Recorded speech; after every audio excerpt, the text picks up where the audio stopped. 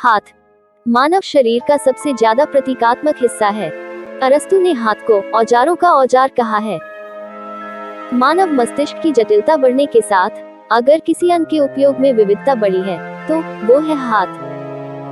आप इनसे कोई भी काम कर सकते हैं, लेकिन क्या आपने कल्पना की है कि यदि हमारे हाथ 2 से ज्यादा हो जाएं, तो क्या होगा? क्या इससे हमारे शरीर की संरचना में दूसरे बदलाव भी आ जाएंगे? क्या अब हमें अपने सामाजिक तौर तरीकों में बदलाव लाना होगा?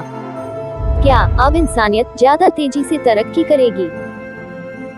आप देख रहे हैं, तो क्या होगा और क्या होगा यदि आपके 2 से ज्यादा हाथ हों?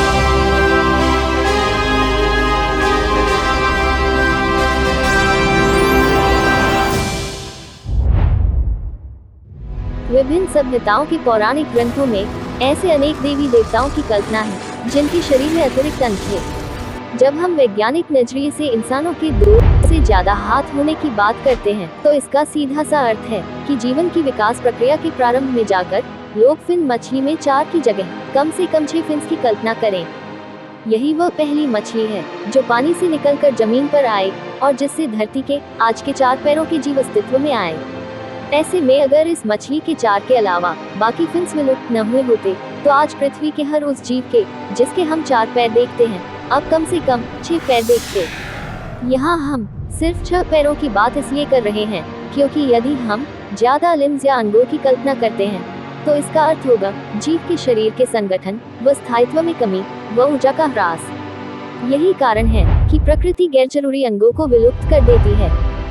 तो यदि पृथ्वी का वातावरण थोड़ा अलग होता और लोग फिन फिश के बोनीपन विलुप्त न हुए होते, तो फिर उससे आंतरिक कंकाल वाले जीवों का एक ऐसा सामान्य पूर्वज विकसित होता जिसके 4 की जगह कम से कम 6 लिम्स होते। और यदि उन अंगों का उपयोग होता रहता, तो हमारे वानर पूर्वजों से होते हुए ये अंग हम इंसानों तक भी आ जाते। अब ये अंग हमारे अतिरिक्त हाथों में बदलते या पैरों में, ये इस बात पर निर्भर करता कि हम अपनी सुविधा के अनुसार इनका उपयोग लाखों सालों तक किस तरह करते।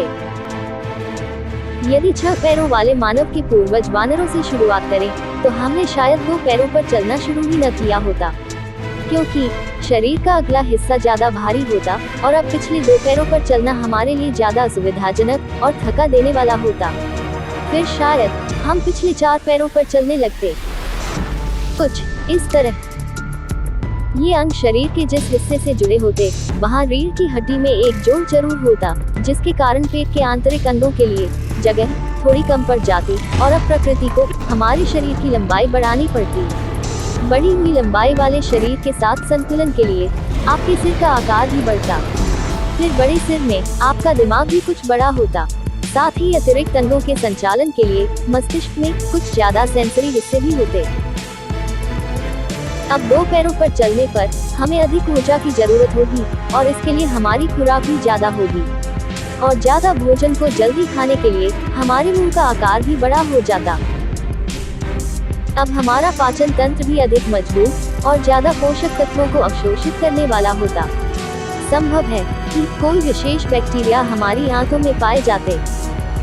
अब हमारा रक्त ऐसा होता जो ज्यादा ऑक्सीजन परिवहन कर सकता। अब हमारे फेफड़े भी ज्यादा शक्तिशाली होते। अब हम किसी दौड़ भाग वाले काम में जल्दी नहीं थकते। 2 पैरों पर चलने के कारण हमारे पैरों और रीढ़ की हड्डी की पेशियां ज्यादा शक्तिशाली होती। अब शरीर का संतुलन बनाने के लिए आपके पैरों के पंजे कुछ ज्यादा बड़े हो सकते हैं, या शायद कुछ अतिरिक्त या अवशेषी अंग भी अस्तित्व में बने रहते, जैसे बड़े कान, पूंछ या कोई दूसरा अंग। लेकिन इस तरह की शारीरिक व्यवस्था में हमें कमर दर्द और घुटनों की दर्द जैसी समस्याएं भी ज्यादा होंगी। अब आपका 2 पैरों पर चलना सीखने का वक्त थोड़ा ज्यादा होता। अब आप ज्यादा चीजों को एक साथ पकड़ सकते हैं।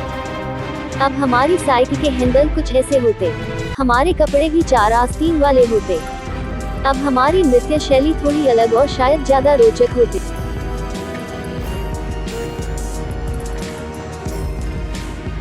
अब हमारी बॉडी लैंग्वेज भी कुछ अलग होती।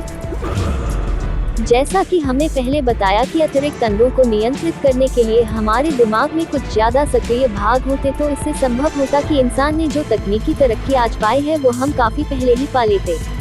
तो इस वीडियो में हमने आपके 2 से ज्यादा हाथ होने पर परिस्थितियां बताई। लेकिन क्या आपने कभी सोचा है कि हमारे 2 से ज्यादा पैर होते तो क्या होता? जानने के लिए आपको हमारे किसी दूसरे वीडियो का इंतजार करना होगा। तब तक देखते रहिए, तो क्या होगा।